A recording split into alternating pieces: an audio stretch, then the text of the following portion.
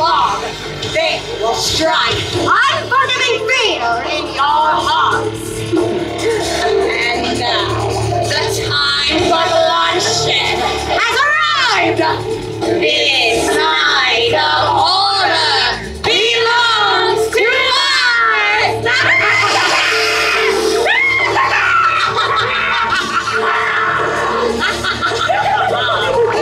Oh, yes, draw yourselves in. How the traveling hordes towards their fate of immortals.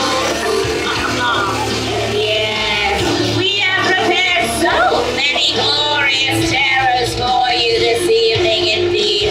A little something for each and every fear. Oh,